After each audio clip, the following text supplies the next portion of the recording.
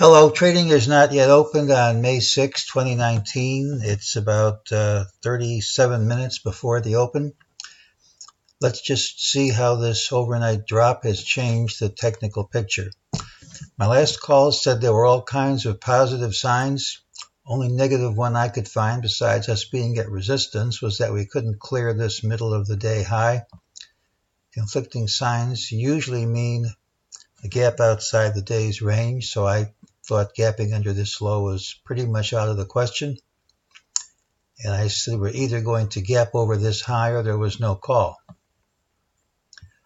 Well, it hasn't opened yet, but obviously we're going to gap outside the day's range. So how does this change the technical picture? I still don't trade outside of regular market hours, but there are a few rules in play here. One rule is we've been down all night, never traded over Friday's close. When that happens, typically you hit the low of the day in the first 60 to 90 minutes of trading. And the other rule is that big moves in response to news events tend to be reversed quickly and completely.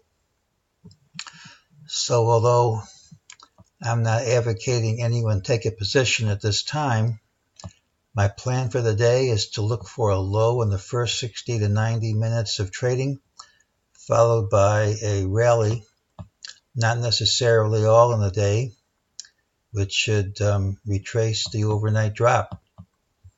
We don't have to bet money on that at this time, but that's my plan for the day.